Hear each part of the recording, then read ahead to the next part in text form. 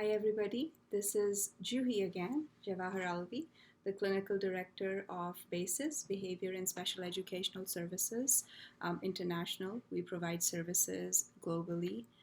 We provide services in different countries. We do telehealth services as well as we do promote in home ABA therapy, and we do provide therapies in the state of Illinois. And I have started this series of video blogs to give tips and tricks to parents, especially in the time of this pandemics when most of our kids are cooped up at home, and especially our special needs children. The topic that I wanted to bring out right now is social skills. And, this is a very, very important topic that we talk about. And, um, as being parents, as being siblings of kids with special needs, we usually talk about how to build those social skills in our children with special needs, because those are some skills that our kids are lacking. So I just have a couple of tips for you guys for today, and how you can build those social skills. And I think that this is such a great opportunity that you guys are, home with the family together. You should be thankful that you're all safe, you're together. There are a lot of families that who are not together, who are separated because of this pandemic. So if you are together, your family is together, you should be thankful for that. And we should have one positive thing to look towards every single day. And so let's talk about the social skills. And now that you're all home and all the kids are home and the family is home, I think that this is a really good time to practice those skills, those social skills with our kids that have those social deficits. Okay, so the first activity that we can work on is eye contact.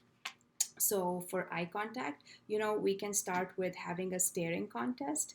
We can make a contest out of making eye contact with you, and it can challenge some kids to have like that staring contest, and that's a good way of building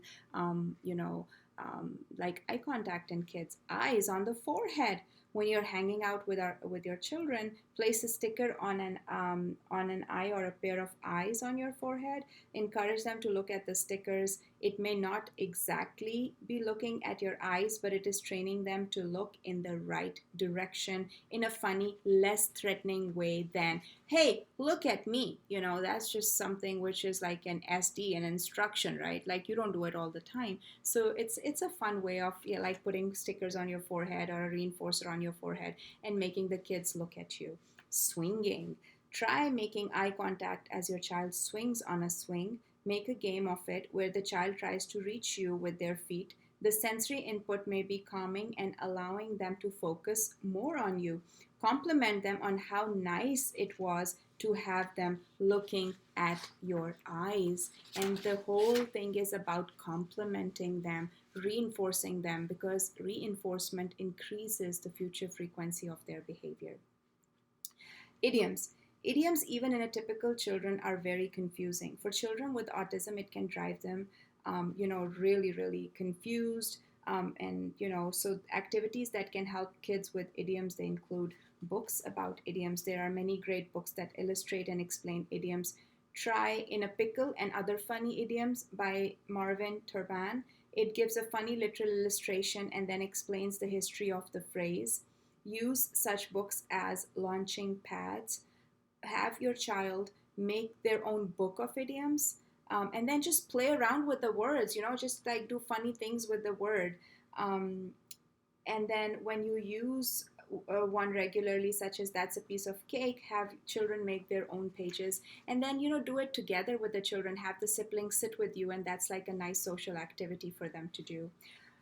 There are many websites that have a lot of like idiom ideas online. So it's called as idiom sites, funbrain, or vocabulary.co.illinois. Memory or matching games is a really good way of bringing the kids together. So write down idioms on one set of cards, and their meanings on another set, and then just have them turn over, or have pictures and their meanings on them and put them over, and then just play a good, nice memory game with the kids. So this is a nice way of doing social skills with the kids, as well as interacting with them, as well as explaining to them sarcasm, and all the idioms, and like the literal meanings of certain things. interpreting emotions, reading faces. This skill is important at home, in school, and on the playground. Many misunderstandings arise when kids they don't understand the facial expressions of others. So you could play a game of charades. And in the game of charades, what you can do is that instead of using movie titles, animal, or other typical words, you can use emotions. Write down feeling words or get feeling cards and put them, upside down. You can print them out, you can cut them, you can put them in a circle, and then take turns picking a slip of paper and then acting them out, the written word or the picture. And then you can substitute written word for pictures showing those emotions. You can make it harder by setting a rule that you cannot draw the emotion using a face. Instead, they have to express their feelings, drawing their body language also. So I think this is a really cool idea because, everybody can take turns. You can sit around, and everybody can pick up a card. They can act like that emotion. They can label the emotion, and you can play that game of charades. And that is a really, really good social skills activity to do with your children. Face it, face games are a way of to work on social interactions. Like in an acting class, you can try mirroring with a child who has autism. Touch your nose or stick out your tongue and have him or her imitate you. Make funny faces that the children can copy. Kids with social skills deficits often have trouble reading expressions and interacting socially. So, activities that get them more comfortable with these situations, they are a really, really good idea. So, just stand in front of the mirror, and just do silly actions and then make the kids do that. That's like a good social skills activity. Bingo and matching games. You can use pictures from printable emotion games as bingo boards. You can cut them up and make a matching set of words, written or other similar faces, and then you can play a matching or a memory game with the kids. Staying on topic, when people have conversation, they pick up a topic and discuss. Each person adds something to the conversation. That's another way of doing like a social skills group with the kids. In the evening, hey, once you're drinking your chocolate at the end of the day, like hot chocolate, or once you guys are sitting around in a circle with the family, you guys can have like a little chat and add something, or make your children add something to that conversation. Play a game with alphabets where every letter has to be beginning of a word in a theme such as a fruit or a vegetable. A apple, B banana, C carrot. So you can play an alphabet game but play it together with the children. Step into conversation is a learning tool that provides children with autism with the structure and support they need to hold interactive conversations. Cards provide 22 basic scripted conversations with areas for the child to fill in the blanks.